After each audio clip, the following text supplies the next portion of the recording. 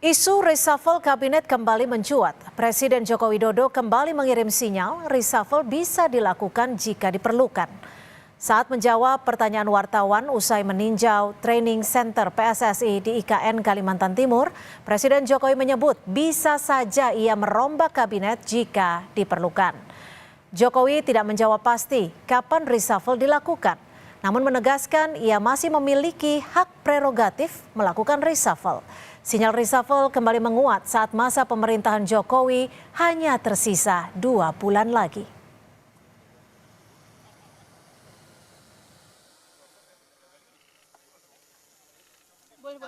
Ada? Ya kalau diperlukan. Jadi sudah ada keperluan. Kalau diperlukan. Saya kan udah ngomong dari dulu kalau diperlukan. Saya masih punya hak prerogatif itu. Saat ini diperlukan, Bu. Masih terkait isu reshuffle, Presiden Jokowi juga angkat bicara soal posisi Erlangga Hartarto sebagai Menko Perekonomian. Kata Jokowi, meski sudah mundur dari Ketua Umum Partai Golkar, Erlangga tetap menjabat sebagai Menko Perekonomian di Kabinet Indonesia Maju.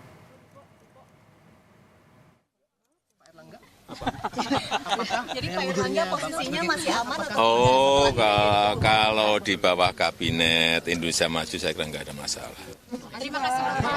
Baik-baik kok, baik-baik. Dari tadi malam sama Pak Jokowi sangat akrab dan senyum terus. Jadi harmonis.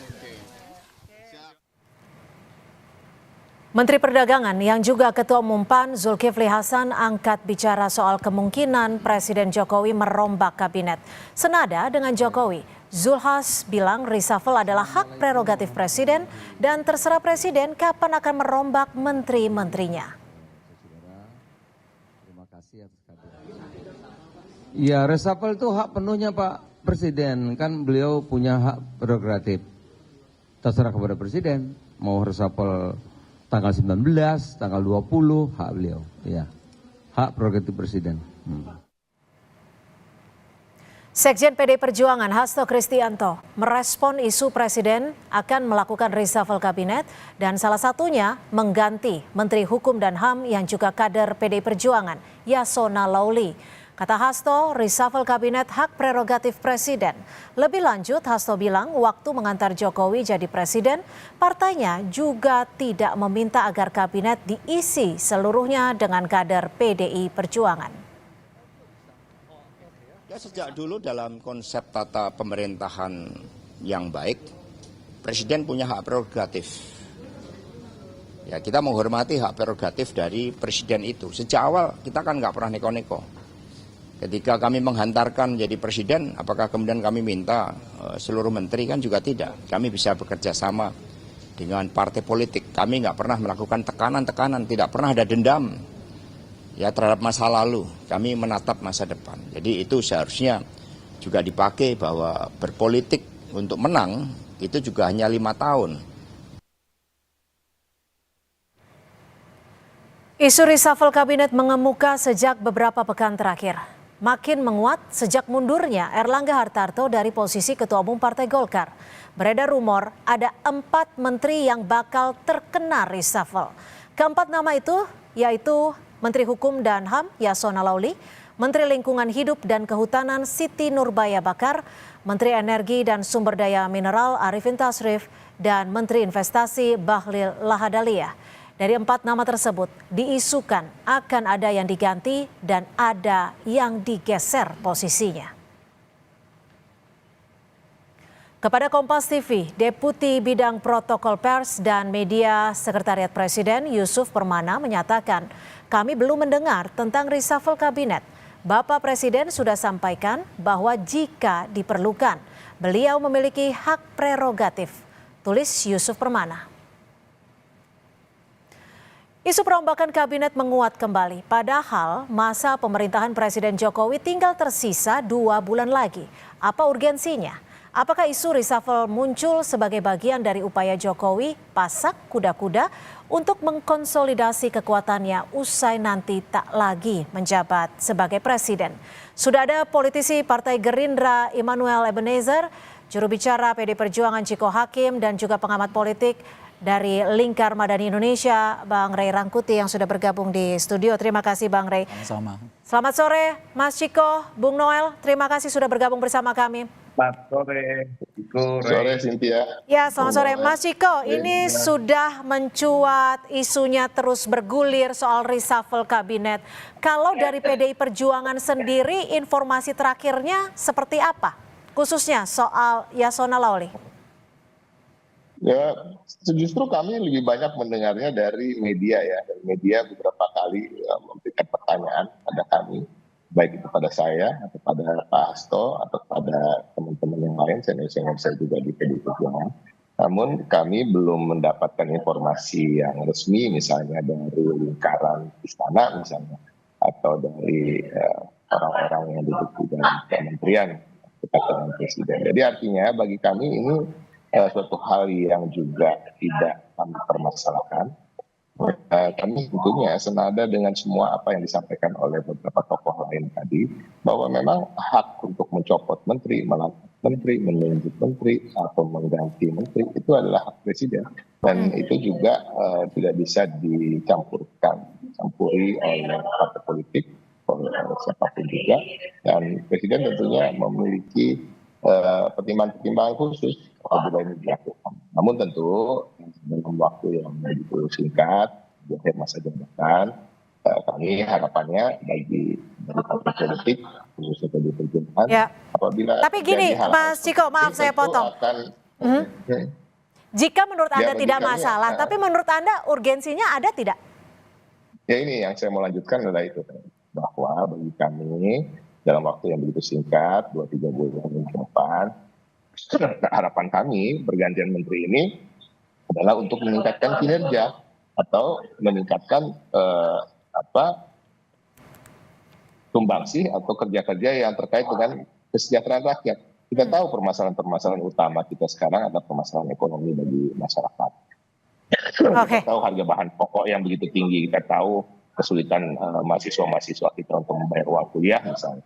Kita tahu juga begitu tingginya dolar terhadap rupiah dan sampai hari ini turun-turun. Nah, ini yang seharusnya menjadi prioritas. Tapi kembali lagi, dan kalau ada pertimbangan-pertimbangan lain yang tidak terlihat oleh kami, oleh masyarakat, ya itu kembali lagi adalah hak seorang presiden. Oke, saya ke Bung Noel. Bung Noel, ini kan ada rumornya Presiden mereshuffle untuk mengakomodasi Prabowo atau Anda melihatnya betul tidak seperti itu? Ya, kalau ditanya mengakomodir Prabowo, emang Prabowo apa? Orang baru jadi presiden nanti, udah jadi presiden kok dia. Tanggal 20 Oktober nanti tinggal dilantik, apa yang mau diakomodir lagi? Gitu loh. Dia sebagai presiden hari ini secara de facto. Gitu. Nanti 20 Oktober secara definitif sah dan dilantik. Nah, persoalan pergantian dan reshuffle kabinet kan tadi sudah disampaikan oleh Pak Presiden ya, Pak Jokowi. Itu tergantung kebutuhan. Kedua, disampaikan lagi bahwa ya saya punya hak prerogatif. Dan 3 yang gak kalah penting, terkait reshuffle itu sudah ada di meja presiden. Jadi siapapun diganti dia tinggal ganti aja sih. Gitu. Nah, kebutuhannya apa? Pertama itu. Kedua, rasionalisasi untuk mengganti juga apa? Apalagi dengan last minute pemerintahan begini ya. Kemudian ada rumor-rumor tadi yang disampaikan misalnya Kak Pak Yasona Lawli. Kemudian ada sebetulnya ada lagi siapa Menteri SDM ini si Arifin Tasrif kalau nggak salah. Itu. Kalau saya malah 3 yang sama Menteri Kehutanan tadi Siti Nurbaya. Bukan Bahlil. Kalau Bahlil memang pasti ada pergeseran doang, bukan reshuffle. Tapi yang rumor di luar itu kan 2, Arifin Tasrif sama Yasona Lawli yang kita dengar. Ini sepertinya isu ini hanya mengeskalasi konflik antara Bu Mega dan Pak Jokowi. Dan kita tidak mau terjebak dengan eskalasi-eskalasi yang ada di luar sana. Makanya kita tidak mau fokus pada persoalan itu. Kita fokus nanti 20 Oktober bagaimana proses transisi dari Pak Jokowi dan Pak Prabowo itu berjalan dengan lancar. Itu tapi kalau Anda menyebutnya eskalasi konflik Bu Mega dan Pak Jokowi, tapi kan Bu Mega sudah bilang bahwa hubungannya baik-baik saja. gitu. Baik-baik dari mana? Gini, soal hal itu cuma Bu Mega yang tahu gitu loh. Soal pernyataan Bu Mega hanya Bu Mega yang tahu. Tapi faktanya kan ketika diundang untuk upacara ke IKN kan faktanya Bu Mega nggak mau. Artinya ya problem itu biar kan Bu Mega yang tahu masalah itu ya, problem psikologisnya ya. Kalau kami sebagai Partai Gerindra, sebagai kader dari Pak Prabowo, fokus kita adalah bagaimana mengawal proses transisi dan mengawal programnya Pak Prabowo nanti ke depan gitu. Oke, Bang Rey, kalau Bang Rey sendiri melihatnya seperti apa? Betul tidak wacana atau isu reshuffle ini bisa benar terjadi hanya dalam 2 bulan masa kepemimpinan Presiden Jokowi? Kalau ada target yang memang harus dikejar oleh Pak Jokowi dan dianggap menteri-menterinya nggak mampu melaksanakannya, reshuffle itu mungkin untuk memenuhi atau mencapai tujuan itu. Nah, dari 4 nama tadi yang disebutkan, bacaan saya sih mungkin ada 2 tuh. Yang kemungkinan Pak Jokowi sedikit agak meminta supaya ada percepatan. Gitu. Satu kan Pak Yasona karena dianggap kok bisa meloloskan kepengurusan PDI Perjuangan kan yang terbaru. Jadi itu mungkin semacam kekeliruan melampaui melampaui apa yang semestinya dikonsultasikan dengan presiden. Jadi ini semacam sanksi lah. Ya kan? Jadi mungkin Yasona akhirnya dikeluarkan gitu. Lalu Ibu Siti Nurbaya menurut saya kaitannya dengan percepatan pembangunan IKN. Karena informasi yang sampai ke kita kan ada persoalan-persoalan yang menjadikan kinerja percepatan pembangunan IKN itu karena terkait dengan kewenangan Ibu Siti Nurbaya. Betul, ya. Artinya apa gitu? Artinya kan kalau kita lihat dari 2 kasus ini, kalaupun ada misalnya reshuffle itu betul, itu satunya adalah akibat sanksi, satunya adalah akibat karena dianggap untuk melakukan percepatan proses pembangunan IKN. Dan oleh karena itu mungkin saja terjadi karena kan concern yang paling utama dilakukan oleh Pak Jokowi saat ini kan bagaimana secepat mungkin melakukan pembangunan di IKN itu kan. Nah kalau urusan administrasi, ya, urusan izin perizinan gitu jadi terhalang gitu. Nah ini yang mungkin mau dievaluasi oleh Pak Jokowi. Jadi menurut Anda kalau misalkan memang betul reshuffle itu ada, artinya untuk mengakomodir kebutuhan dari Presiden Jokowi? Satu kebutuhan, satu ada soal sanksi yang saya sebut tadi. Karena mungkin yang dianggap Menteri Yasona tidak disiplin gitu ya atau apa gitu. Tapi itu juga bagian dari mungkin ya kan hubungan Ibu Mega dan umumnya PDI dengan Pak Jokowi ini kan kelihatan belum selesai gitu. Nah oleh karena itulah kalau misalnya akhirnya Pak Yasona tetap dipilih untuk dikeluarkan, bagi saya sih yang untung PDI Perjuangan sebetulnya gitu. Oke, coba kita tanyakan Mas Ciko, jika memang ada reshuffle dan terkena Menteri Yasona, bagaimana nanti sikap PDI Perjuangan? Apakah akan menarik seluruh menterinya dari kabinet? Enggak begitu, karena memang apa yang pernah Ibu sampaikan pada kader-kader kami, khususnya yang berada di kementerian, ketika misalnya terjadi perbedaan dalam pilihan pilpres antara kami dengan Presiden Joko Widodo dan keluarganya, Ibu menyampaikan bahwa kader-kader PDI Perjuangan tetap untuk berada di dalam kementerian karena memang sudah mengemban amanat untuk memberikan yang terbaik bagi bangsa dan negara, terutamanya untuk mensejahterakan rakyat, tentunya melakukan hal-hal yang terkait dengan pembangunan bangsa dan negara kita. Jadi ini adalah bagian komitmen kami dalam mengemban amanat-amanat yang telah diberikan oleh negara. Dan tentunya sebagai menteri yang berada di kabinet, menteri-menteri PDI Perjuangan juga bekerja secara profesional. Hubungan antar menteri dengan atasannya, sebut saja dengan Presiden Joko Widodo, kami tidak melihat ada permasalahan. Jadi kami akan menempatkan semuanya pada porsi-porsi yang sesuai aja. Bahwa apabila memang ada reshuffle misalnya, itu adalah hak prerogatif Presiden. Apakah ada persyaratan untuk dibicarakan dengan partai politik, misalnya untuk mereshuffle menteri? Saya rasa nggak harus ada. Dan kita akan tetap bekerja, menteri-menteri yang dalam kabinet akan bekerja, kami kader yang berada di luar tetap fokus, khususnya menghadapi pilkada 2024 ini. Oke, Bang Noel, tadi mungkin bisa ditanggapi. Kalau tadi Bang Rey juga menyebutkan bahwa mungkin saja ada sanksi sehingga akan berdampak pada Menteri Yasona atau kebutuhan untuk mempercepat pembangunan IKN dan yang mungkin saja berdampak pada Menteri Siti. Bagaimana menurut Anda? Ya, kalau soal Bu Siti Nurbaya ya mungkin aja ya, karena kita lihat terkait izin kehutanan apa dan sebagainya kan terhambat di Kementerian Kehutanan. Di sisi lain proses pembangunan kecepatan ini kan harus berjalan agar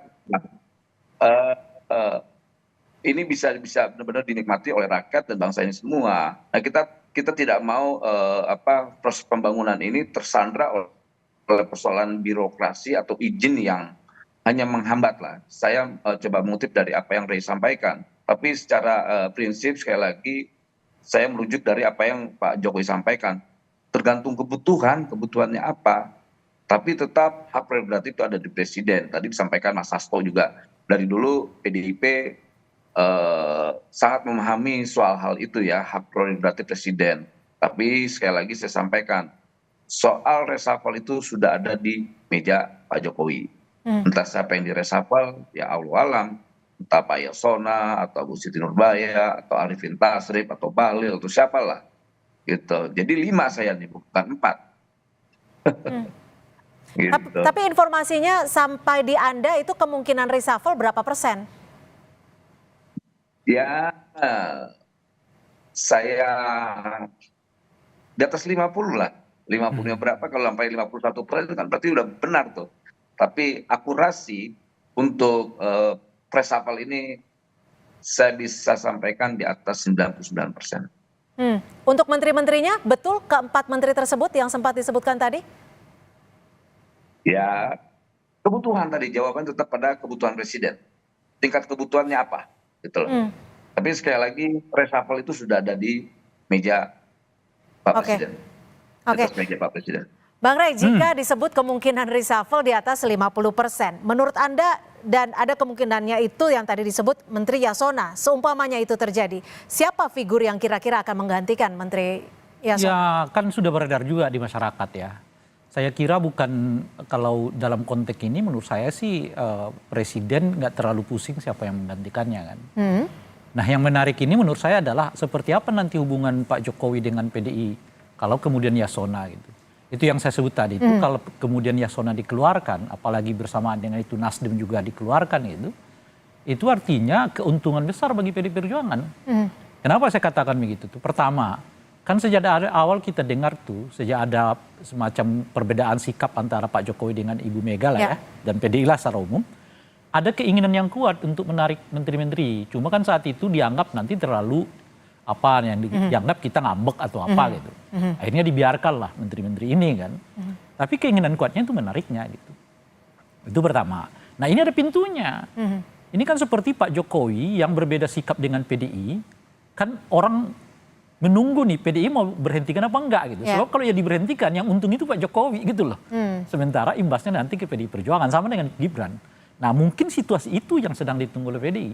Jadi kalau akhirnya Pak Jokowi yang mengeluarkan anggota kabinet dari PDI Perjuangan gitu, imbasnya nanti ke Pak Jokowi. Oh ternyata Pak Jokowi yang masih menyimpan gitu loh Pak.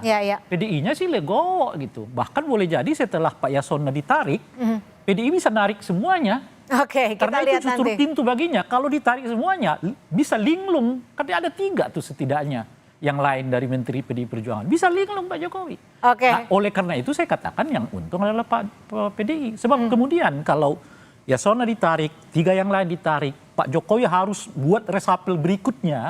Itu artinya 1 bulan menjelang pelaksanaan.